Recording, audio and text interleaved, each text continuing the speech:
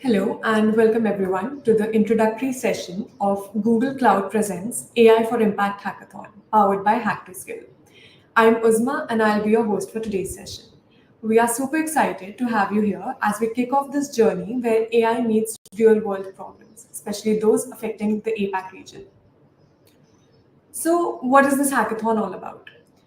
Well, the AI for Impact Hackathon is your chance to use the power of AI to tackle some of the most pressing social challenges across the APAC region.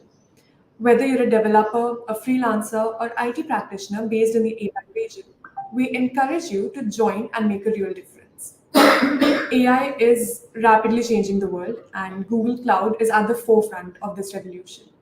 With Google Cloud's GenAI tools like Gemma, Gemini, Vertex AI, and Gemini Code Assist, you'll be able to create solutions that can really make a difference. Think about it. Whether it's improving healthcare, enhancing education, pushing for sustainability, or making technology more accessible, you can harness the AI tools of Google Cloud to develop innovative solutions that improve lives. So this is the timeline for the event.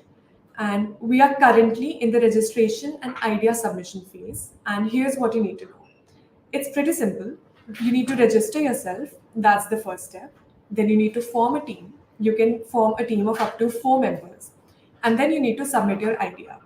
The deadline for registrations and idea submissions is November 17th, so don't miss out. By the end of November, we'll announce the initial shortlisted teams who will move on to the prototype phase.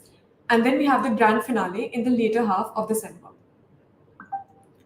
Now let's talk about what's in it for you.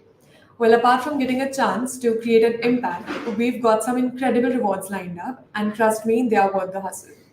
There's a cash pool prize of 20,000 US dollars. And the real win is the chance to be mentored by some of the best minds at Google Cloud. The top teams of this hackathon will get a chance to receive feedback and mentorship from the Google for Startups team. For all the teams and valid idea submissions, we've also got certificates of recognition, which is a great way to validate your skills. Earlier this year, Google Cloud also executed a GenAI hackathon, and the top winning teams got the chance to present their idea in the Google I/O event, which we all know is one of the biggest developers event of the world. So similarly, winners of this hackathon will also have a chance to present their solutions at another Google event. Now, the next point is huge. If your project really stands out, you could stand a chance to pitch your solution in front of VCs and investors. This could open doors to funding and maybe even turn your ideas into a real product or business. So, not only do you get the chance to solve meaningful problems and learn along the way, but you also stand a chance to earn cash prizes, gain mentorship, build your portfolio with certifications, and potentially get your solution in front of investors. Now, we have several themes for you to choose from, which are healthcare, natural disasters, public service, environment, people with disabilities, community empowerment, and education. But if you have observed any other challenge that you want to solve for, you can select the Open Innovation Social Good and submit your solution under that. Now we are moving to the session. I am thrilled to have Anchit Nishant, a customer engineer at Google Cloud with us today. Anchit brings nearly a decade of experience designing and implementing cloud-based solutions. He specializes in containers, serverless, cloud-native solutions, and of course, generative AI. Today, he's going to share his insights into how you can leverage Google Cloud's tools for social impact. After his talk, we'll have a Q&A session, so make sure you type your questions in the chat box during the presentation. Now, without further ado, please welcome Anchit Nishan. Welcome, Anchit. Thank you, Uzma. Hello, everyone. So, just I hope you guys are excited on this hackathon. I would really want to see a lot of new ideas coming in. Today, what I'm going to show you is how you can use Google Cloud, the various Google Cloud tools, various Google tools to implement your ideas and, of course, build the POC. So let me quickly share my screen.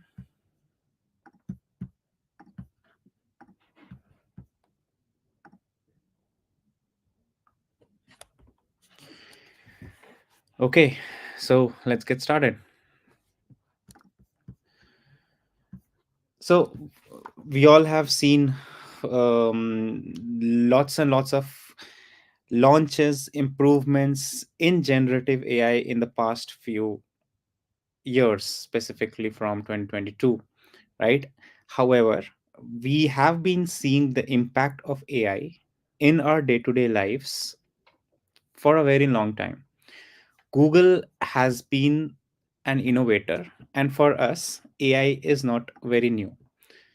If I quickly go through the brief history, we are the ones who brought in a lot of AI papers. We brought in a lot of AI tools, consumer tools, tools which help Google internally, and the consumers also are currently using AI and have been using AI for quite some time.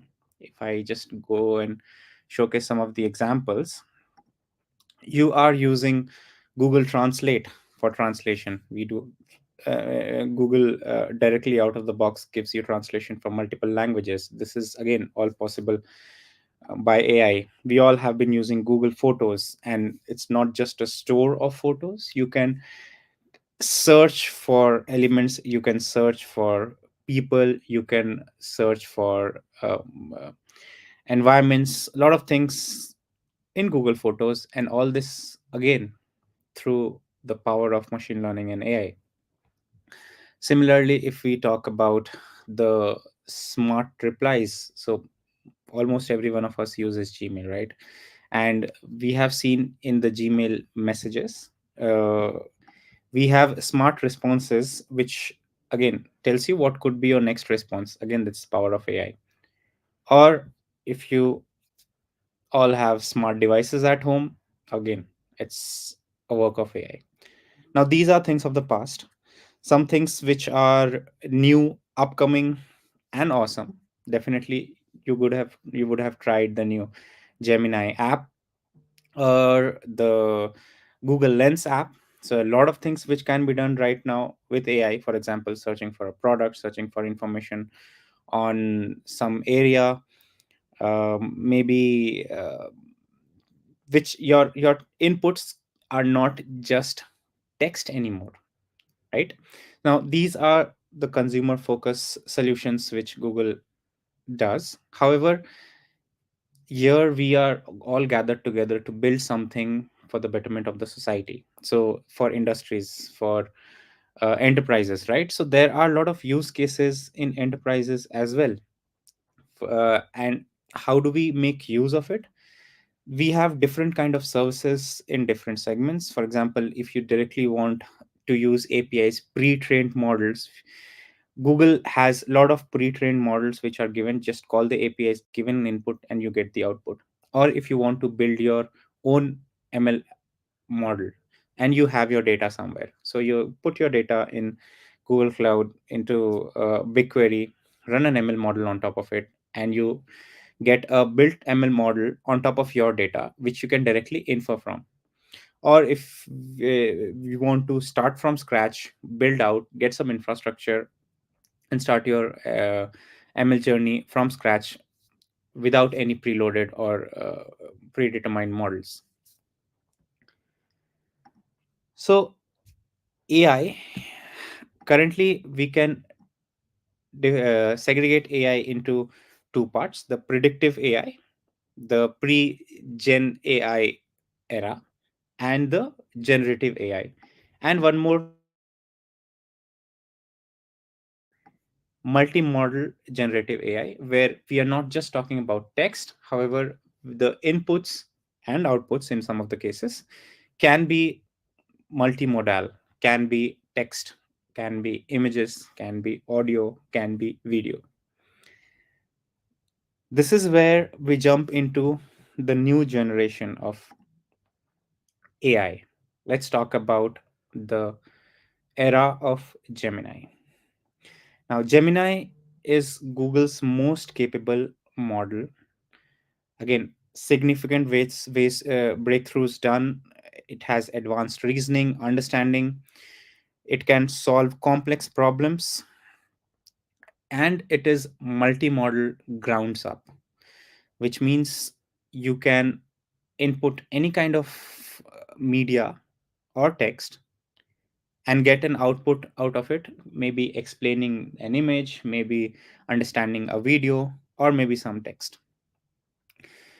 Now, Gemini is Google's model, which you can go ahead and use Google Cloud or AI Studio to deploy or get the APIs out of it. On the other hand, Gemma is an open source lightweight model which can be deployed anywhere. It's a open source model. You can deploy in your own systems and use it. Let's quickly see a video.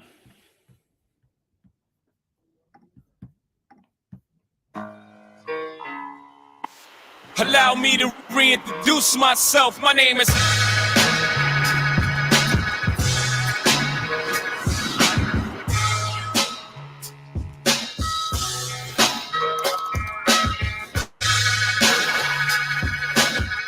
What does this remind you of? Schrodinger's cat. Wow. Wow. Okay.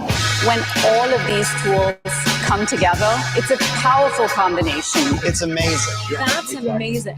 It's an entire suite of different kind of possibilities. Hi, I'm Gemini.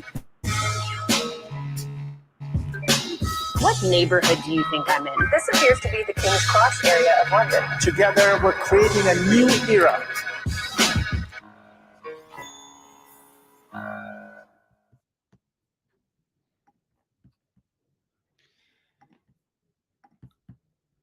So, in a nutshell, those are the things available right now out of the box for you to make use of it to build any kind of product, and specifically for this hackathon as well. Let's get one level deeper into what are the tools you can use, what are the tools we what are the tools we recommend you use in your hackathon POCs. And then we'll go from top to bottom, where we have fully managed, we have a complete out of the box agent builder, where if you want to create agents, if you want to connect your data to your RAG systems, if you want document processors, all of this sitting behind an LLM, there is something called as agent builder in Vertex AI.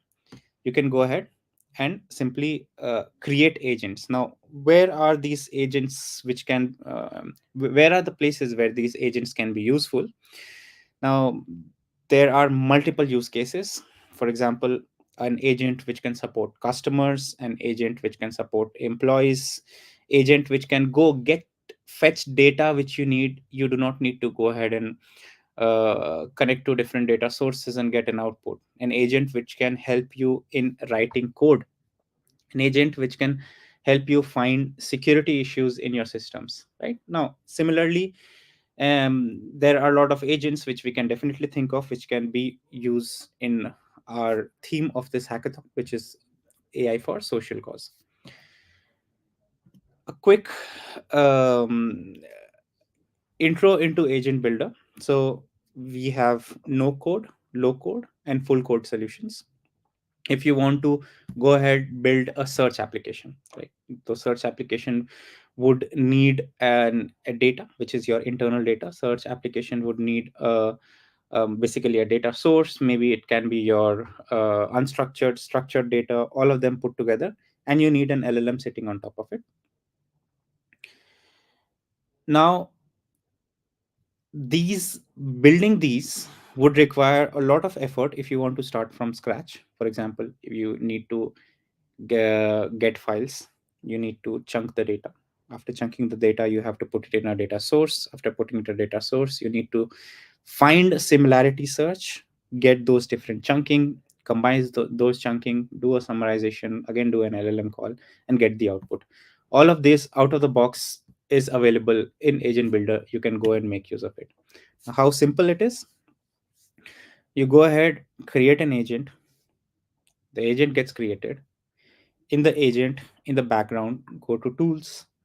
You can create the tools. Now these tools can be of any type. These tools can be your custom data sources. These tools can be a data source on SQL databases, or maybe doing an API call to your own backend custom API, or an API call to some open APIs, right? So all these tools combined together, and an agent sitting on top of it, then an agent deciding which tool to call when. All these via prompts can be done via Agent Builder today. Now, all agents or all um, applications would require grounding with your own data. Maybe um, you can go with out of the box solution, or do it with yourself solution. If you want to go with the out of the box solution, Vortex AI has something called as Vortex AI Search. In this, all the complete section, basically collection, processing, embedding, putting it in data source, um, uh, uh, the search, the retrieval, the combination, all of this is automated via Search AI. And then you simply go ahead and do the API call for serving. Or if you want to do it yourself, there are different kind of tools. For example, uh, you scrape some data,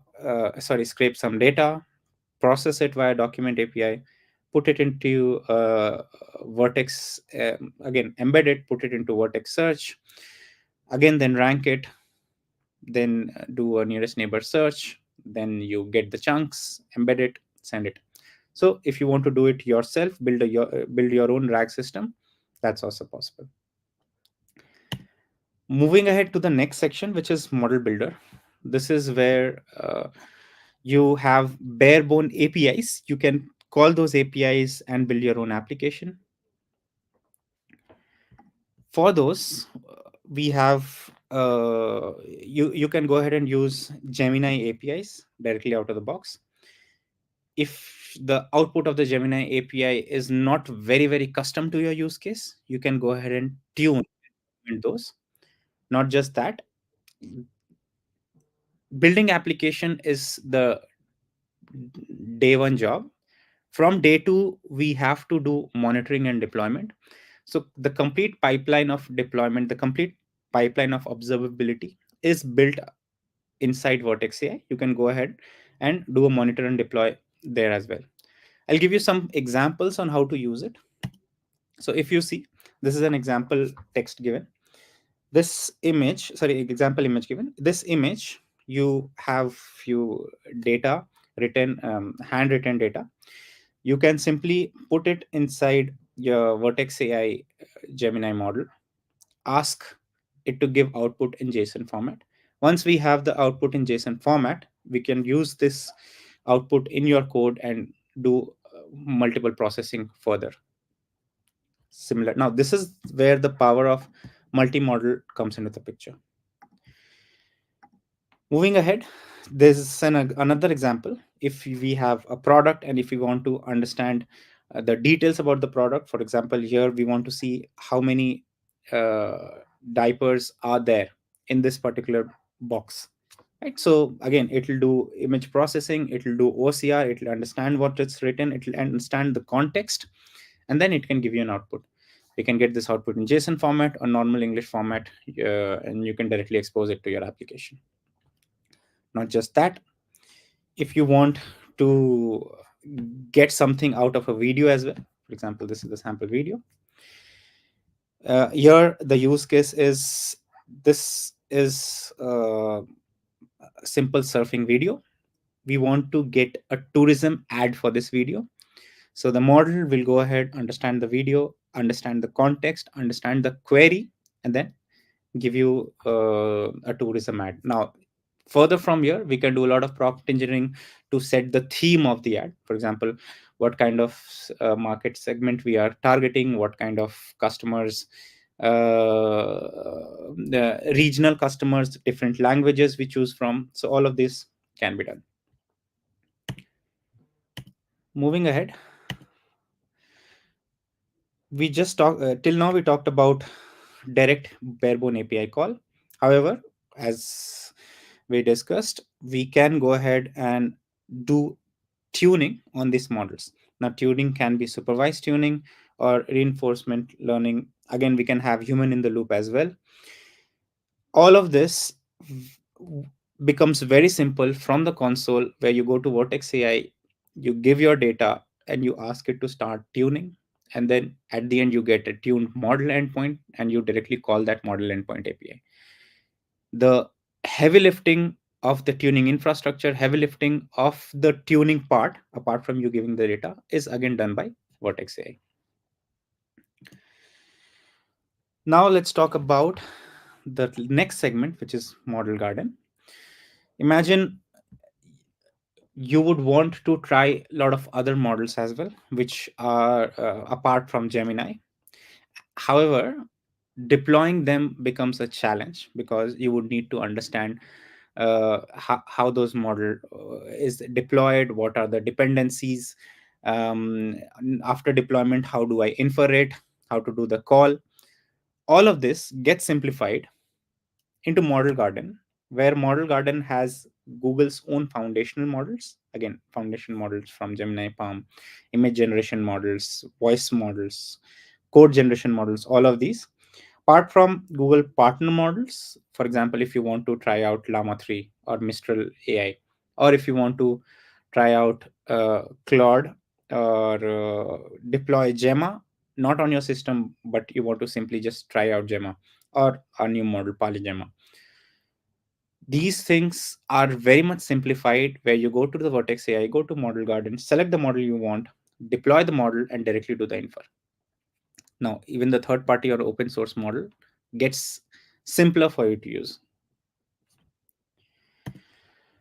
Again, these are some of the models which are available. Again, there are very, very domain specific models as well. For example, MedLM, which is very much dedicated to medical science, and SecPalmLM, which is very much dedicated to cybersecurity. If you want to go ahead and use it, go to Model Garden and try it out.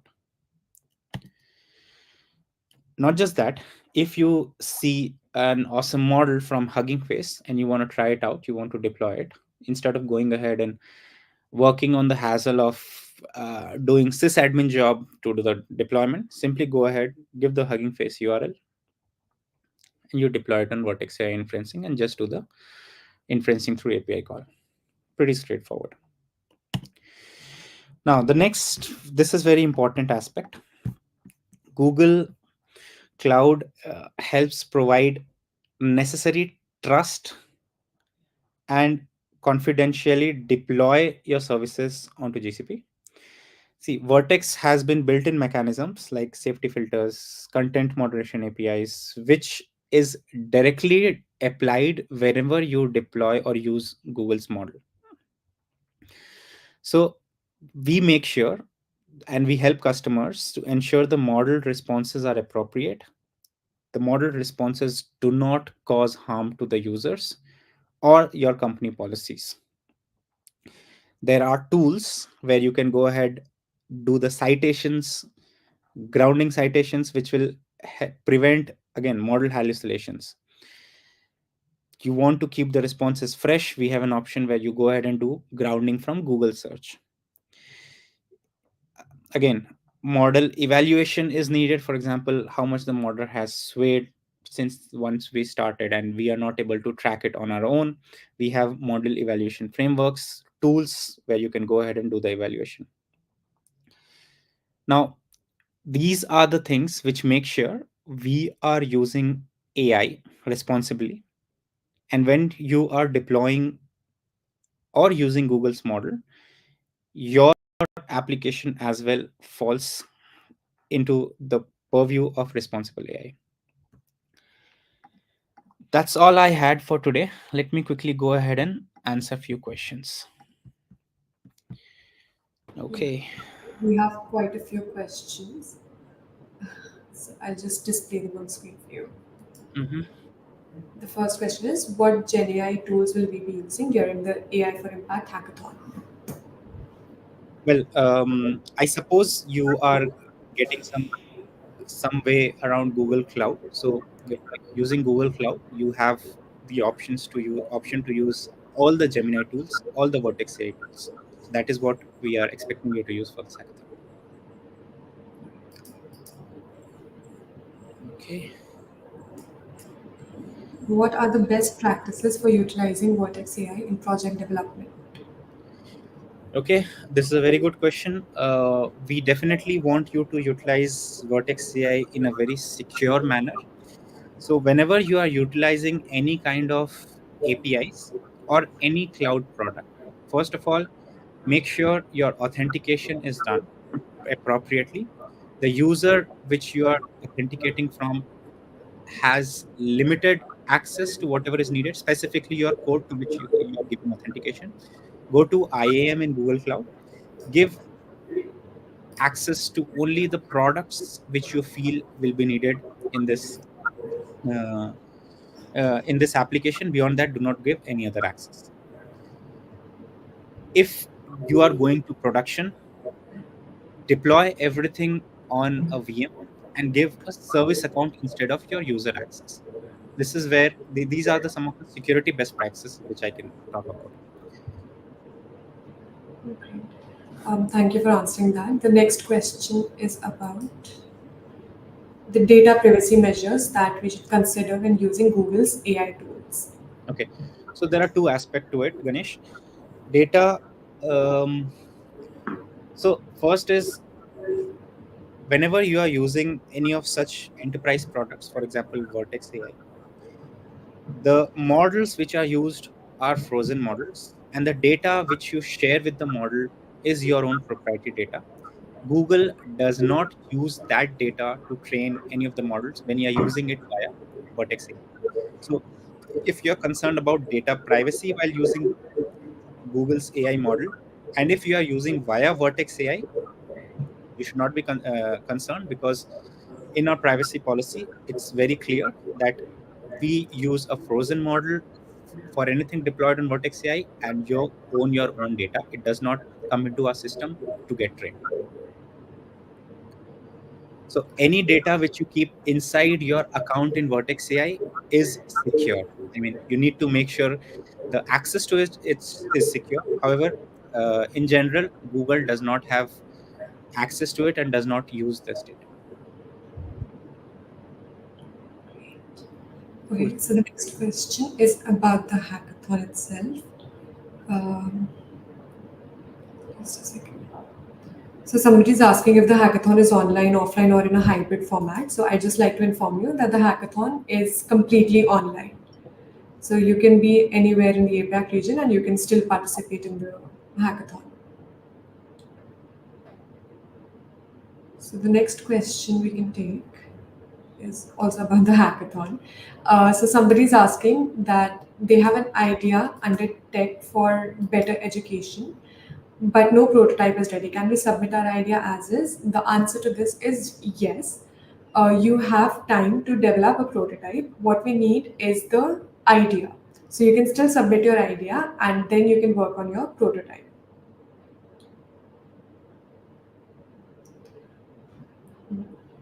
There seem to be a lot of questions. There's a question that says, are there any specific use cases for GenAI tools that you've seen have significant social impact? Yes, lot of customers are actually building a lot of tools. Specifically in education sector, I have seen a lot of improvements since GenAI came into the picture. For example, kids in remote areas have access to these models, where if they have any questions, they can quickly go ahead and get answers directly by asking. If they have, if there is a math problem which is not getting solved, they can quickly go ahead and click a picture of it, get a solution, understand it. Again, there are a lot of um, developments being done in agriculture space, specifically in image processing. Again, the land area patch understanding. So yeah, there are tons and tons of use cases in which are doing good social impact, even in healthcare domains, right? Understanding different reports which usually needs specialized skills, get simplified via AI. Thank you for shedding light on that. So the last question that we are taking is, will the participants get complete access to the GenAI tools, including pro versions, to create a working prototype of the problem statements that they select? um, I I think you will get access to Google Cloud account, and if you get access to Google Cloud account, you get access to all the AI tools. Okay, so there are more questions. Um, will it be okay if I create Flutter application using Gemini API for Android, iOS, and web? Yes. Why not? So now we are taking the last question. Um, I'm a beginner. How should I start with Vortex AI and Gemini? Go through the documentations. There are tons of videos where you will see how a simple API call can be done to Gemini. Start with there. Again, simple Python coding, do an API call. Once you get a request response, with the response, you can build your application on top of it. Again, go through the documentation. Great.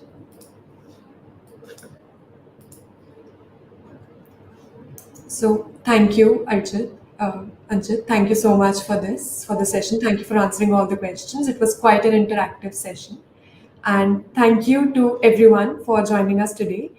And remember that if you have any further questions or if you need any further support, you can feel free to reach out to us at AI for Impact Support at hacktoskill.com. We are also dropping the email in the chat for your reference. Best of luck with your hackathon journey, and we can't wait to see the amazing solutions that you come up with. All the best, everyone. Have a good day.